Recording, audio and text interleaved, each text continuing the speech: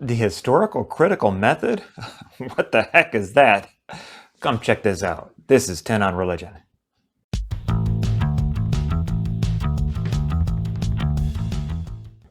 Hey peeps, it's Dr. B with 10 on Religion. Today we're going to talk about the historical critical method in religion.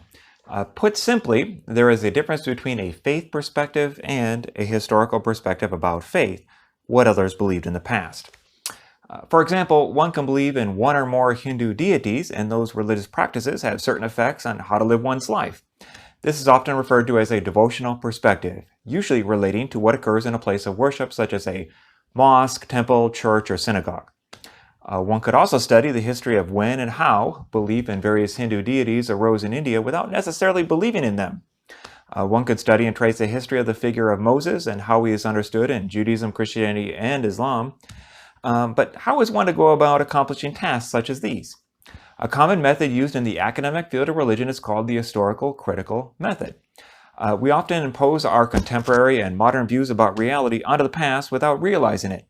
And this is one way to try to get around that problem.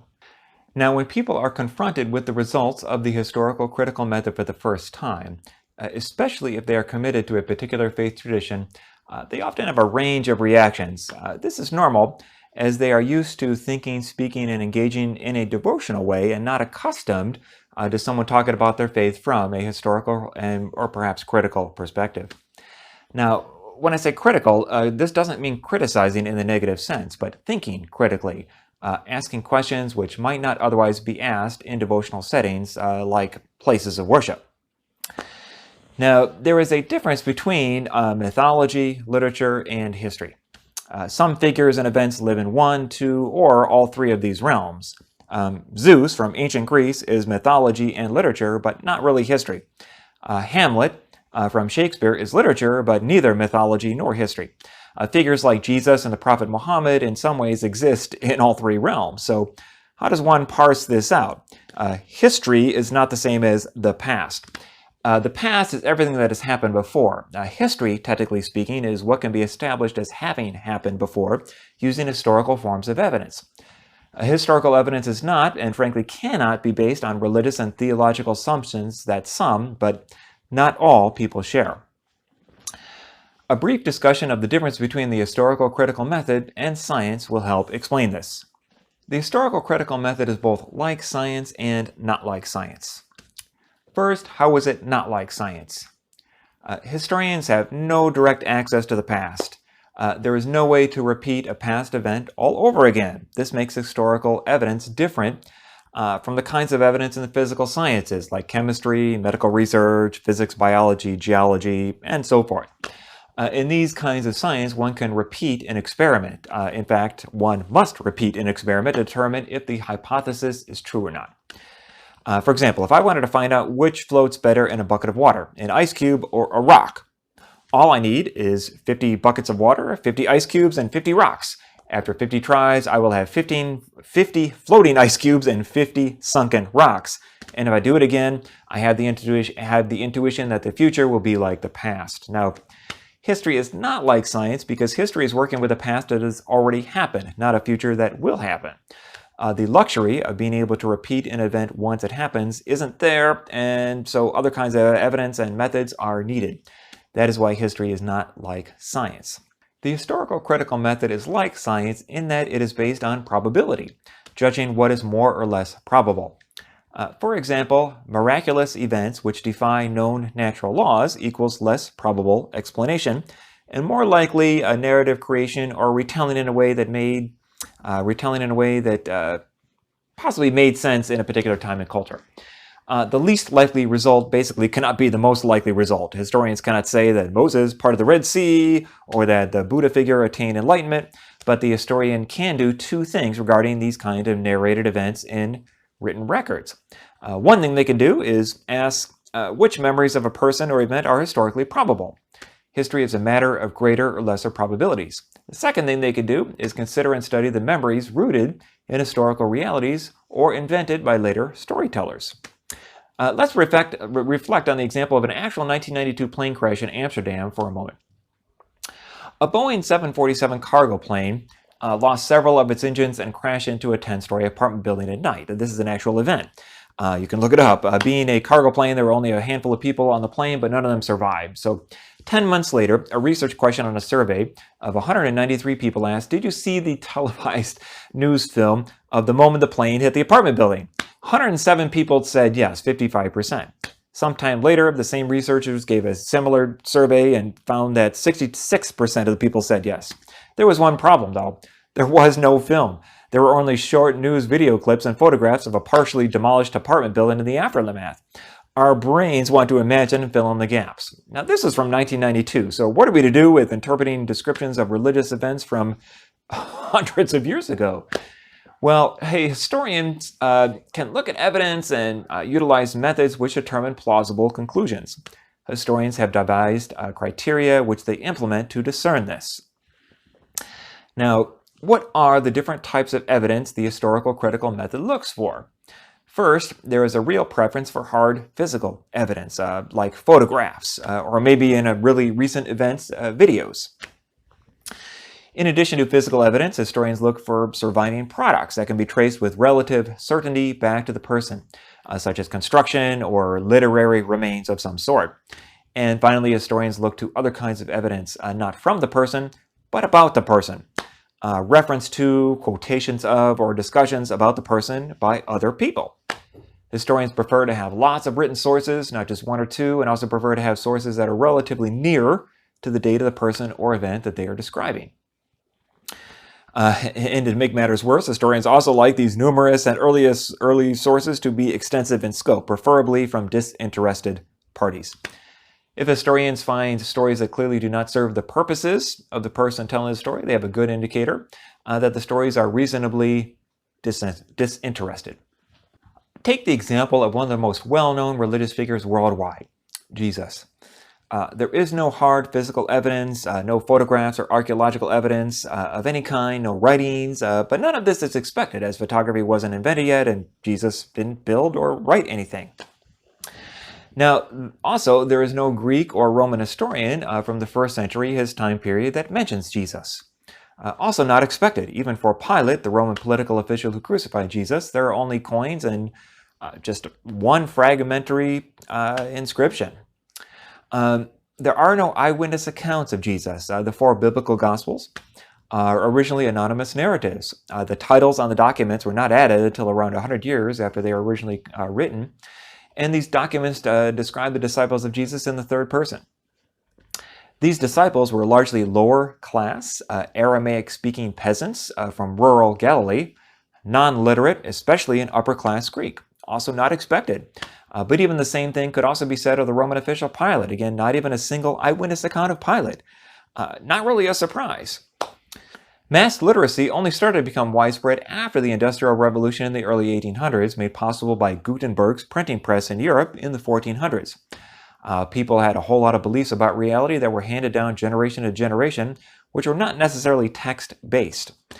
When literacy became widespread, the sacred nature of religious texts caused people to understand and interpret text more literally than use an interpretive method. Just a quick sidebar on a whole other can of worms called textual criticism. This actually affects religious studies much more than many people realize. Textual criticism is a somewhat complicated field of study which focuses on the transmission of a text over time through one or more languages. The problem is copies of many ancient texts only go back so far, and a lot of them are in fragments in varying states of deterioration. So the best historians can do is get back to an early stage in a text transmission and hope that it reasonably reflects the original content. Textual scholars do this based on the internal evidence of language, vocabulary, and writing style, and the external evidence of a text's relationship with other copies and other quotations of that document by different writers in history. This includes identifying what motivation someone in history might have had to possibly change a text. Generally speaking, the earlier the source, the better, although there are exceptions. Once historians have the best available texts, they use various methods to analyze them. Now, there are a variety of ways historical critical scholars analyze texts, but there are three main criteria that scholars tend to use the most to analyze documents. I'll give these as examples. These are contextual credibility, multiple attestation, and the criterion of dissimilarity. First, contextual credibility. If a tradition does not fit into the context of the culture and time era, then it almost certainly can be discounted as a later legend. Imagine 1,000 years from now, someone's reading a story about President Ronald Reagan, checking his online social media accounts. Well, social media as we know it did not arise until the mid-2000s, and since Reagan was president in the 1980s, such a story would obviously suffer from contextual credibility. In the academic field of religion, modern Jewish scholars almost unanimously agree that the narrative in Genesis, ranging from Abraham down to Jacob, is an attempt by much later authors to explain the origin of a people because they project on the past experiences and perspectives of people living much later. If something doesn't fit in the known historical or cultural context, then it is less likely to have occurred, and so there must be another explanation sought for why the original author wrote that. Second, multiple attestation. A tradition appearing in multiple independent sources has a greater likelihood of being historically reliable than a tradition that appears in only one. Suppose someone hears a story from the mother that their great-grandfather used to like a certain Italian dish, but they initially don't believe her. Some years later, they are doing ancestral research and discover 2 newspaper articles from 100 years ago that his great-grandfather had a short stint as a restaurant owner, and one of the key menus on the item was that same Italian dish. There are now multiple independent sources confirming the information. It has a much higher probability of being an accurate portrayal of his views about reality. Third, the criterion of dissimilarity. The biases of a source and those of the source behind the source need to be taken into account. When historians encounter stories that do not support specific religious agendas or that seem to run contrary to what that group of believers would have wanted to say, the story is more likely to be historically reliable since it is less likely to have been made up. Again, in the case of Jesus, no Jews would have expected a crucified Messiah. That means there is a higher probability that Jesus was crucified by the Roman government. The criterion of dissimilarity is best used in a positive way to establish traditions that most probably can be accepted as reliable because it cuts against the grain, as writing that does not promote the views or perspectives of the community or the author. So we have contextual credibility, multiple attestation, and the criterion of dissimilarity. Such judgments are not always so easy, though, as culture, society, and politics heavily influence religious history and specifically religious texts. For existence, Islam goes beyond being a faith system. It is, at its core, it was, and actually many areas still is, a social and political framework. In Christianity, Paul's triumph is almost wholly a literary victory. All later writers in the tradition are shaped by his views one way or the other. But what if the historical critical method doesn't work? What if one doesn't want a disinterested historical perspective? What are possible reasons for not wanting to use the historical critical method? One is that one might be interested in other aspects of the past, such as a theological or a faith perspective. One might be interested in an insider perspective on a particular religious tradition or a subgroup, which would then not be publicly available. If only the insiders really know, then one must become an insider. Or if there's not enough evidence to satisfy, and one is not content with the bare-bone conclusion, then one has to look elsewhere. Early Buddhism is largely legendary, and as hard as one tries, the historical critical method will not result in a very robust account regarding the historical Buddha figure in ancient India. Finally, what are the obstacles in accepting the results of the historical critical method? This is largely a psychological question. The human brain wants what it perceives as reality to make sense. When one is confronted with something that seems to make sense, but somehow does not fit into what one already believes as being true, one experiences cognitive dissonance. Something has to either be rejected or modified. It is often difficult to challenge the status quo in our brains, as the desire to conform is strong. Conforming both to the ideas of people whom we trust and the ideas of people whom we recognize as authorities. Think about the story of Galileo for a minute. In the early 1500s, Copernicus combined physics, mathematics, and astronomy to produce his view of heliocentrism. Basically, the sun with planets in fixed circle-shaped orbits. 100 years later, after the telescope was invented, Galileo determined that local motion fits a central sun, planets moving around the sun, and a rotating Earth. He supported the Copernican system, and his observations essentially proved Copernicus right. Well, Roman Catholic leaders felt Copernicus and those who came after him only had theories based on math that did not have any physical proof. But when Galileo provided that proof, he put himself into the hot seat. Nonetheless, Galileo anticipated this being a problem with the Roman Catholic Church. He wrote a letter in 1615, and in, quote, this letter, he had argued that, of course, the Bible was an inspired text, yet two truths could not contradict one another. In cases where it was known that science had achieved a true result, the Bible ought to be interpreted in such a way that makes it compatible with this truth. The Bible, he argued, was an historical document written for common people at an historical time and had to be written in a language that would make sense to them and lead them towards the true religion, end quote. This issue, as we look back on it today, ended up not being the text of the Bible itself, but the commonly accepted interpretation of the text by the Roman Catholic Church during that time frame. I'm pretty sure the Roman Catholic Church accepts the heliocentric solar system today. I think.